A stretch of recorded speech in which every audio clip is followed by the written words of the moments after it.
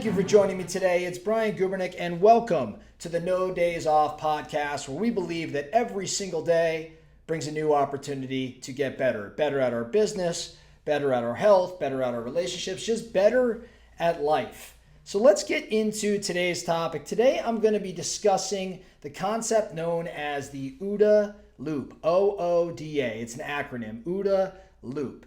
And I'm talking about it because it is something that I've heard of in the past, but I wasn't quite sure exactly what it meant. It's actually a military concept, and it came, I think, from the U.S. Air Force. A colonel had introduced the OODA process, this concept, and it represents this decision-making process that's designed to help individuals and organizations and families or whatever it may be to react to rapidly changing situations, right? I actually heard about it in greater detail not all that long ago when I had the very fortunate opportunity at one of our masterminds to interview a gentleman named Thomas Olmsted, who is a Navy SEAL.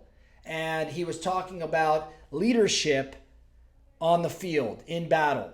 And he talked specifically about this OODA Loop concept and how he leveraged it when his life was on the line and the lives of his teammates were on the line.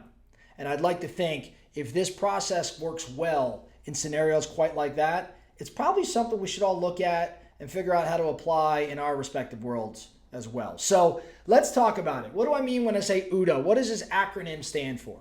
Okay, and remember, this is a decision-making process. Okay, the first O, it stands for observe.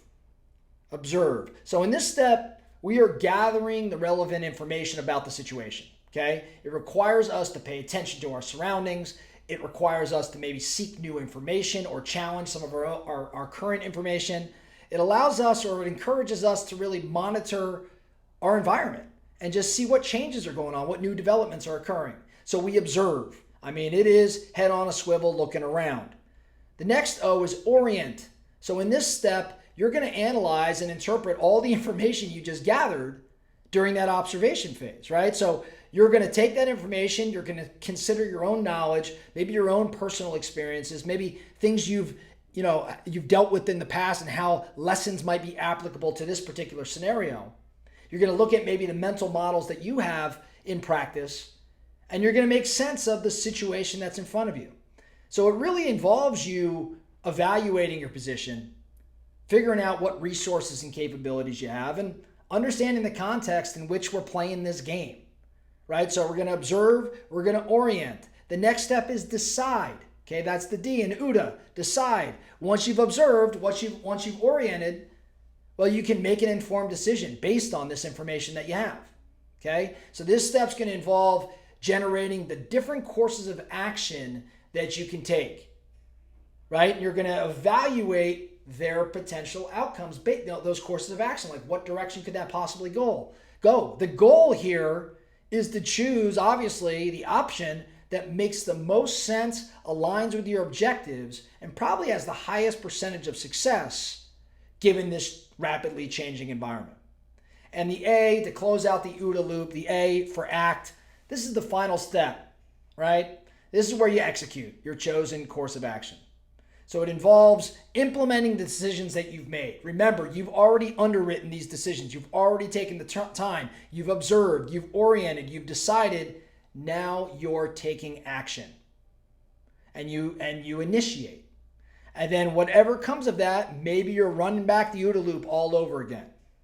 Make sense? Now this applies obviously well outside the battlefield where most of us live.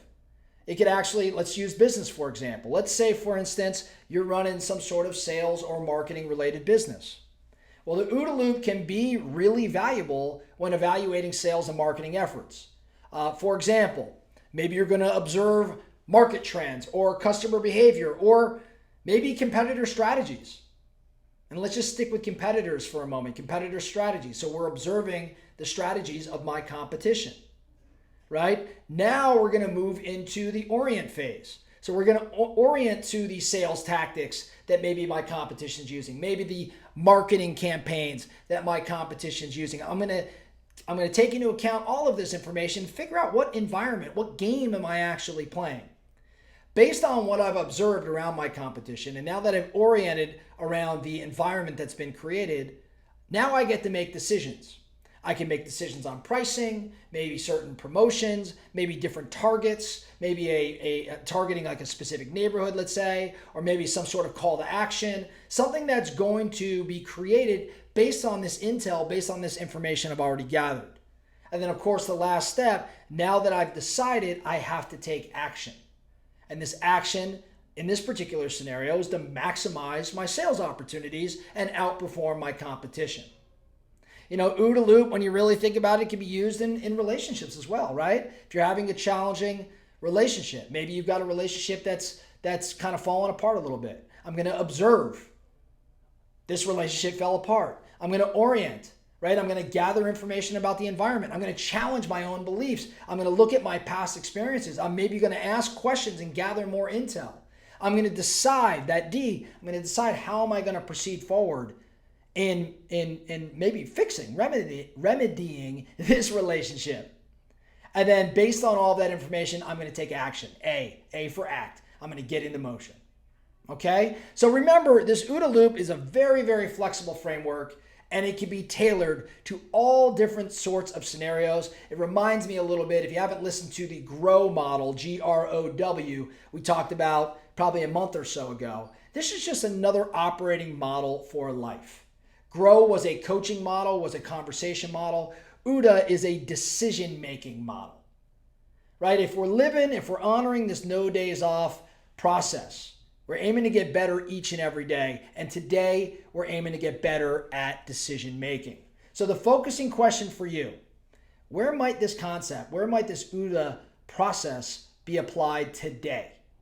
Where do you need to slow down the decision-making process, observe what's going on around you, orient to your new environment, make a decision, and then act? Where would a 4-step process like that really benefit you today?